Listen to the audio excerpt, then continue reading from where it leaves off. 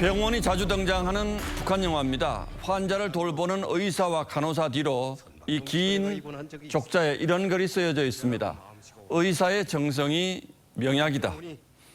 인유한 교수는 북한 병원에서 이 구호를 보고 눈물이 났다고 했습니다. 그가 결핵 퇴치를 도우려고 20번 넘게 방북해 돌아다닌 군 단위 인민병원들은 비참했습니다.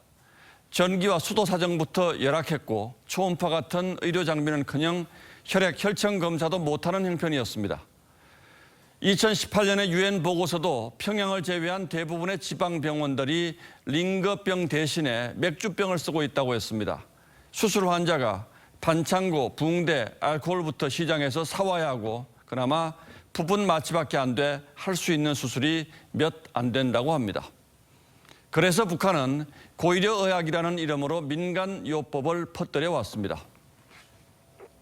살고는 여러 가지 질병으로부터 사람들의 건강을 지켜주고 병을 낫게 하기 때문에 일명 내과 의사라고까지. 그중에서도 일부 아스피린 성분이 들어있다며 해열 소염제로 써온 것이 버드나무 껍질입니다. 코로나가 창궐하고 있는 북한이 치료법으로 버드나무 잎을 우려서 하루에 3번 마시라고 했습니다. 살림이 더 황폐해질까 봐 껍질 대신 잎을 권한 듯합니다. 기침 나면 꿀을 먹고 숨 차면 창문을 열어서 마음을 편히 가지라고도 했습니다.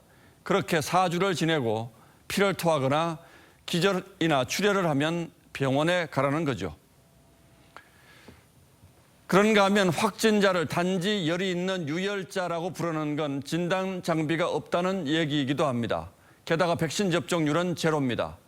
전 세계에서 이런 나라는 북한과 아프리카의 독재국가 에리트레아 단 2뿐입니다.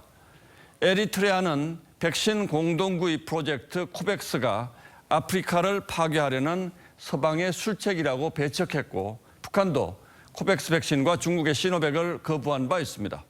그러나 북한은 방역 능력도 없고 주민들은 만성적인 영양과 면역 결핍에 시달리고 있습니다.